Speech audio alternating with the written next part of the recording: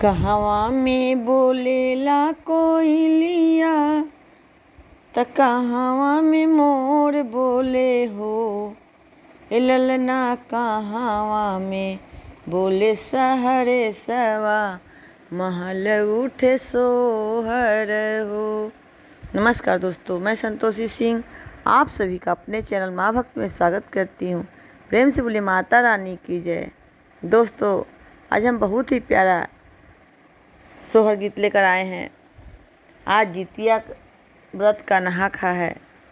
इस अवसर पर प्यारा सा सोहर गीत, और कल है जितिया व्रत, तो आप सभी को जितिया व्रत की ढेर सारी शुभकामनाएं, बहुत बहुत बधाइयाँ।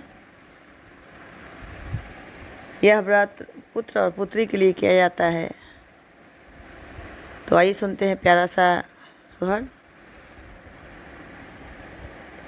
प्रेम से माता रानी की जय हो।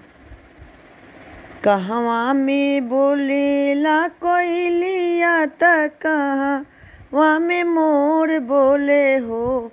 ए ललना कहवा पे बोले सहरे सवा महल उठे सोहर हो। ए ललना कहवा में बोले सहरे सवा महल उठे सोहर हो। वृंदावन में बोलेला कोइलिया त मथुरा में मोर बोले हो। वृंदावन में बोलेला कोइलिया त मथुरा में मोर बोले हो।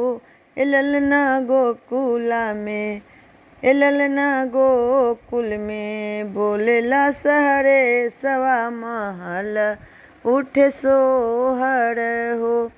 ए ललना गोकुल में बोले सहरे सवा महल उठे सोहर हो।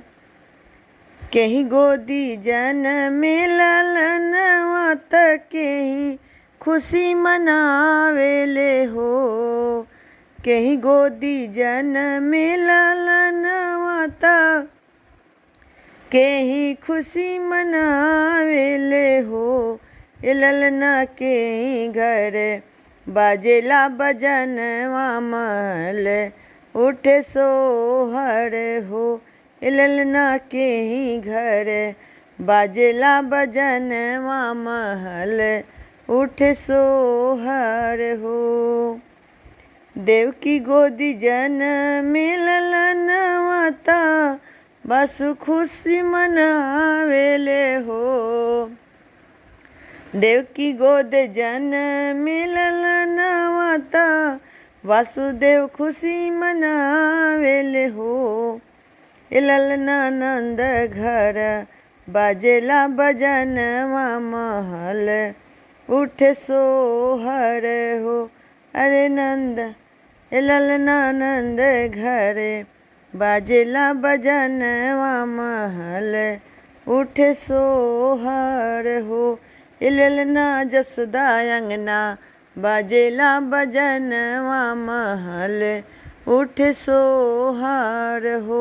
ए ललना जसोदा घरे बाजेला बजनवा महल उठे सोहर हो।